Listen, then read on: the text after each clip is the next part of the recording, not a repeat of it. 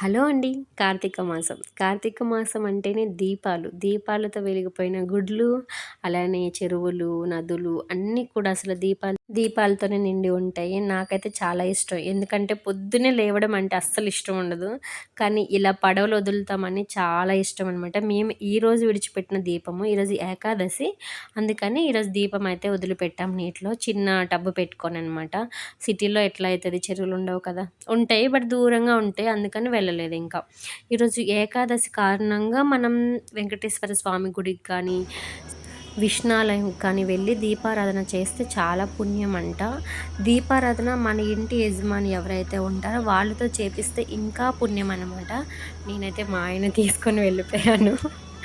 Daily ఎలాగో మీరు పెట్టరు కదా, ఈ ఒక్క రోజైనా 360 ఒత్తు పెట్టండి అని చెప్పేసి సరే అని చెప్పారు. ఇంక అందరం కలిసి అయితే వెళ్ళాము. నేమేమో మా పక్కన అక్క వాళ్ళు మేము రెడీ చేస్తున్నాము దీపాలని. వాళ్ళు వచ్చి వెలిగించేశారు.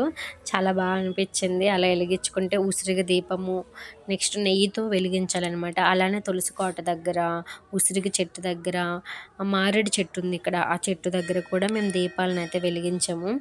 మేము అన్నీ తీసుకురాలేదు ప్రసాదాలు అన్నీ, కానీ నార్మల్గా ఇంకా మనం ఫస్టే ఒక పిండి ముద్ద అయితే తీసుకొని వెళ్ళిపోయాం. చపాతీ పిండి కలిపినట్టు కలిపి ఒక రౌండ్ తీసుకెళ్ళిపోయి కొంచెం కొంచెం చిన్న రౌండ్స్ చేసుకొని అందులోనే దీపాన్ని ఇలా కార్తీక మాసం అన్ని రోజులు కూడా మనము ఏదో ఒక గుడిలోకి వెళ్ళి దీపాన్ని వెలిగిస్తే చాలా పుణ్యం అంట. పురాణంలో విన్నాను నేను. అలానే ఈరోజు అంతా కూడా నారాయణ స్మరణ తలుస్తూ ఉండాలంట. హరే రామ హరే కృష్ణ కృష్ణ కృష్ణ హరే రామ అనుకుంటూ కార్తీక పురాణంలో రాసి ఉన్నదన్నమాట. ఆ నారాయణుని ఎప్పుడైతే మనము మనసులో అనుకుంటామో మనం వైకుంఠానికి వెళ్తామంట చనిపోయిన తర్వాత. అలానే ఏకాదశి రోజు కూడా ఎవరైనా చనిపోతే డైరెక్ట్గా వైకుంఠానికి వెళ్తారంట. నాకు కూడా తెలుసు, ఎప్పుడో విన్నాను. కానీ ఈరోజు ఇంకొక అక్క చెప్పింది నాకు క్లారిటీగా అనమాట. ఓ అవునా అనుకున్నాను. నేను రోజు ఈవినింగ్ టైంలో కార్తీక పురాణం వింటున్నాను. నువ్వేమైనా ముసలిదానివా కార్తీక పురాణం వింటున్నావు అని అనుకోవచ్చు. బట్ ఎందుకో నాకైతే వినాలనిపిస్తుంది, నేను వింటున్నా. ఎవరేమనుకుంటే మనకేంటి, మనకు నచ్చిన పని మనం చేయాలి కదా. అలానే మా ఓనర్ ఆంటీ వాళ్ళందరూ కూడా వచ్చారు. వాళ్ళందరికీ మా హస్బెండ్ వీడియోస్ తీశారనమాట. గుడి అయితే చాలా అంటే చాలా బాగుంది. కానీ చాలా తొందరగా వెళ్ళిపోయాము. ఎందుకంటే ఇంటి దగ్గర పూజ ఉంది తులసిదేవిది. ఈరోజు తులసి అమ్మకి తాంబూలం ఇచ్చి పూజ చేస్తారనమాట. నార్మల్గా చెప్పాలంటే ఈవినింగ్ టైంలో చేస్తారు, 4 o'clock అట్లా. కానీ ఏకాదశి 12 గంటలతో అయిపోయిద్ది అని చెప్పేసి తొందరగా చేసామని చెప్తే మేము 10 o'clockకే స్టార్ట్ చేసేసాం ఇదంతా. అయితే మాత్రం అమ్మవారికి అలానే తాంబూలం ఇచ్చేసి ముగ్గురు ముత్తైదుని పిలిచి వాళ్ళకి కూడా పలదానం ఇవ్వాలంట. చీర అంటే చీర, జాకెట్టు, గాజులు అన్నీ తులసమ్మకి అయితే పెట్టాలి. మనకు వచ్చిన పాటలు, తులసమ్మ పాటలు మనం పాడుకోవాలన్నమాట. వస్తే పాడతాం, లేదంటే లేదు. మేమైతే ఫోన్లో వెలిగించి ఇంకా పాటలు అయితే పాడాము. ఇక్కడ కూడా 365 ఒత్తులను అయితే వెలిగించాము అందరం కూడా. మా ఓనర్ ఆంటీ వాళ్ళ తులసమ్మ దగ్గరే అందరము కలిసి కూర్చొని పూజ అయితే చేసామన్నమాట. చాలా బాగా అనిపించింది. ఆంటీ అన్నారు కదా, చాలా బాగా చేశారమ్మ.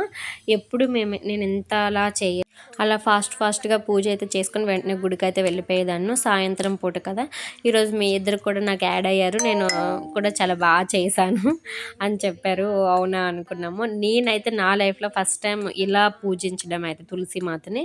జస్ట్ వెళ్ళామా, దీపం పెట్టుకున్నామా, పసుపు కుంకుమ వేసామా, దండం పెట్టుకున్నామా, వచ్చేసామా, అంతే ఉండేది.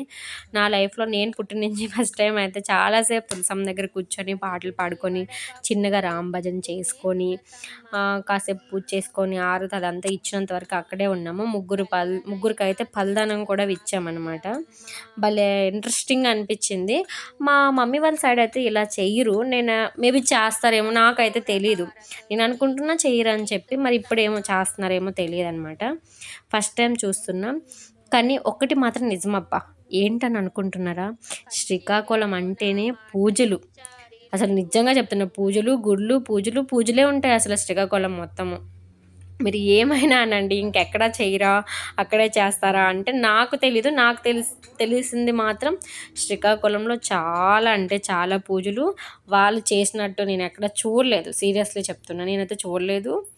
ఇక్కడే ఫస్ట్ టైం చూస్తున్నాను అనమాట. అలా ఒక 1/2 hour పాటు అక్కడే కూర్చొని పూజించి పాటలు పాడి హారతి అయితే ఇచ్చాము తులసి అమ్మకి అయితే. ఇంకా హారతి పాటలు కూడా వాళ్ళు వెనక నుంచి పాడుతున్నారు, నేను హారతి ఇస్తూ ఉన్నాను అనమాట. చాలాసేపు వరకే ఆరతి ఇచ్చాను. ఆళ్ళు పాట తరగట్లేదు. నేను ఆరతి ఇస్తూనే ఉన్నాను. సీరియస్‌లీ చెప్తున్నా, నేను అంతసేపు ఇస్తుంటే ఆ గంట కొడుతుంటే చెయ్యి కూడా లాగేస్తుంది. నొప్పొచ్చేస్తుంది ఇంకా. అబ్బా! ఈళ్ళు పాట ఆపరా ఇంకా అనిపిచ్చింది. లాస్ట్‌కి అడిగేసాను కూడా, ఇంకా పాట అవ్వలేదా? నా చెయ్యి నొప్పొస్తుంది. ఇది ఎవరైనా తీసుకోండి, గంట కొట్టండి అని చెప్పేసి అన్నాను. ఇంకా పక్కన ఆ అక్క అయితే గంట తీసుకుంది. ఆ అక్క గంట కొడుతూ ఉంటే నేను హారతి అయితే ఇచ్చాను. కానీ చాలా సేపు ఇచ్చానబ్బా. చెయ్యి అది హీట్ అయిపోతుంది హారతి ఇచ్చిందయితే. కానీ పెద్దోళ్ళు ఎంతసేపు పూజలు చేస్తారు కదా! మనం కాసేపు చేసినందుకే అబ్బా! ఎప్పుడెప్పుడు అయితదా అని అనుకుంటాము. కానీ గ్రేట్ అబ్బా! అప్పట్లో ఇంకా గ్రేట్ అబ్బా! ఎంతసేపు చేసేవాళ్ళో పూజలు. ఇంకా దానికి తోడు బ్రాహ్మణ్స్‌కైతే దండం పెట్టాల్సిందే. చేస్తూనే ఉంటారు పూజ ఎనీ టైము. ఇంకా అలా మేము హారతి అయితే కంప్లీట్ చేసేసి ఎవరు కొబ్బరికాయలు వాళ్ళైతే కొట్టేసుకున్నామనమాట. ఇంకా ముగ్గురికి పిలిచారు తాంబూలం ఇవ్వటానికి. ఇలా జరిగింది మా ఈ ఏకాదశి. హరే రామ హరే కృష్ణ.